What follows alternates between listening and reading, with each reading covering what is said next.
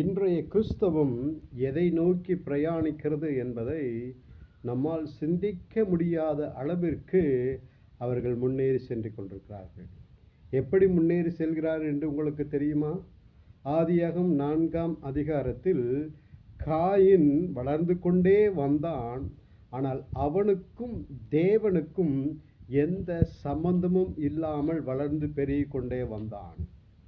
முதல் சந்ததியிலே பிறந்த இரண்டாவது பிள்ளை தேவனுக்கு விரோதமாக மாறி தேவன் இல்லாமலே அநேக காரியங்களை செய்தான். இன்றைக்கு இருக்கிற கிறிஸ்தவர்களும் காயினை போல தேவனை மறந்தவர்களாய், தேவனிடத்தில் நன்மைகளை பெற்று நன்றி கெட்டவர்களாய் இன்றைய கிறிஸ்தவர்கள் வாழ்ந்து கொண்டிருக்கிறார்கள்.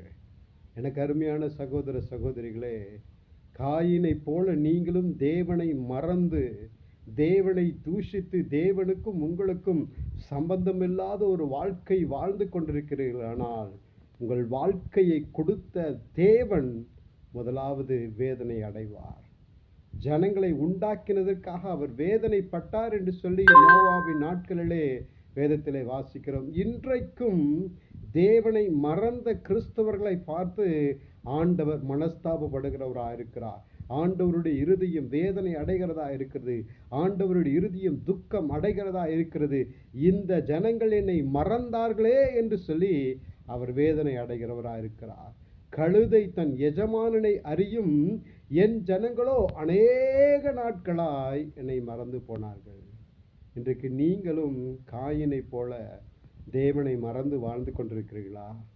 இன்றைய கிறிஸ்தவம் தேவனை மறந்த கிறிஸ்தவமாய் வாழ்ந்து கொண்டிருக்கிறது. சற்று உங்களை ஆராய்ந்து பாருங்கள். காயினுடைய வாழ்க்கை வெறுமையாகவே முடிந்தது. இன்றைக்கு உங்கள் வாழ்க்கை வெறுமையாக முடியக்கூடாது என்றால் திரும்ப ஆண்டவரிடத்தில் வாருங்கள். தாவீதை போல மன்றாடுங்கள். தாவீதை போல ஒப்பு கொடுங்கள். தாவீதை போல மனம் திரும்புங்கள். அப்பொழுது உங்கள் வாழ்க்கையை சிறந்திருக்க செய்வதற்கு அவர் அனுக்கிரகம் பாராட்டுகிறவராக. தேவனை மறந்து வாழாதீர்கள்.